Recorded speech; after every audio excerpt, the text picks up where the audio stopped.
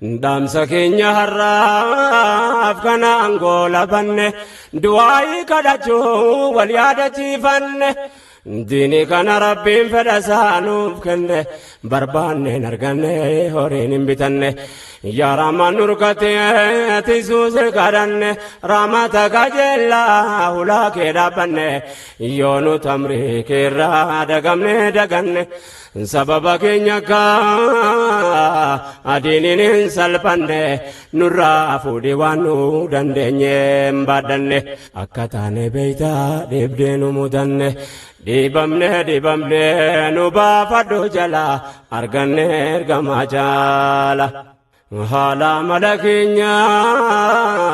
Rabbi nuuf qajeelche keessaa duuba keenyaati nuuf bareechi faaya amantii islaamaa akhlaaqa nuuf tolche aafiyaa nu kennite khayrirra nu oolche salphinarraa boreeti isiin nuuf kolche kanaani aseeffachi nu sirka kajeella arganne ergamaa jaala yaa Allah sibira maghfira barbaanna ummata islaamaa nuti si amaana diinii keetii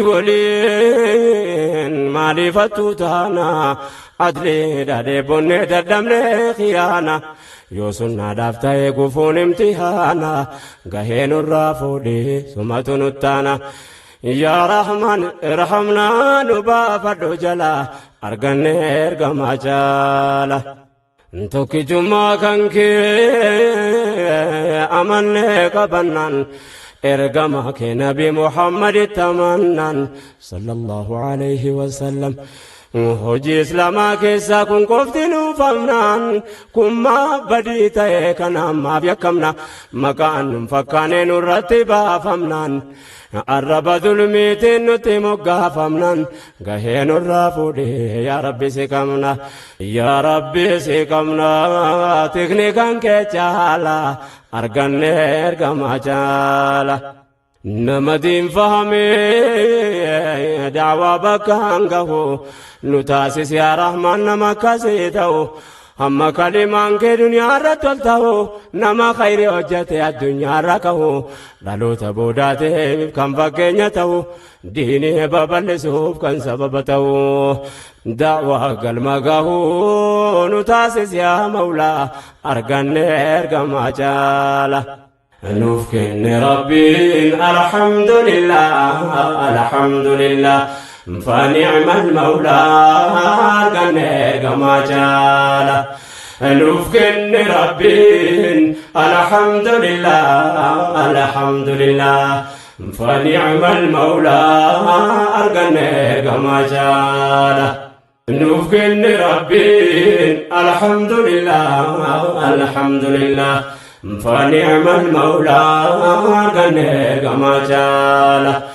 فنعم المولى arganne ergamaa jaala فنعم المولى arganne ergamaa jaala Rabbiin hundaa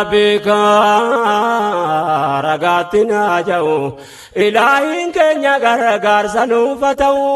hamma ergaan nabi addunyaa wal ga'u ni abdanna Rabbiin bakkaan nuuf gahu jiruu keenya guutuu diiniidhaaf yaaddahu rakkoo bal'oo keessatti bakka fedhe ta'u nu taasisi nasriif kan sababa ta'u qawliin kee ol ta'u yoomuu si kajeella arganne ergamaa jaala gooftaa waan fagaate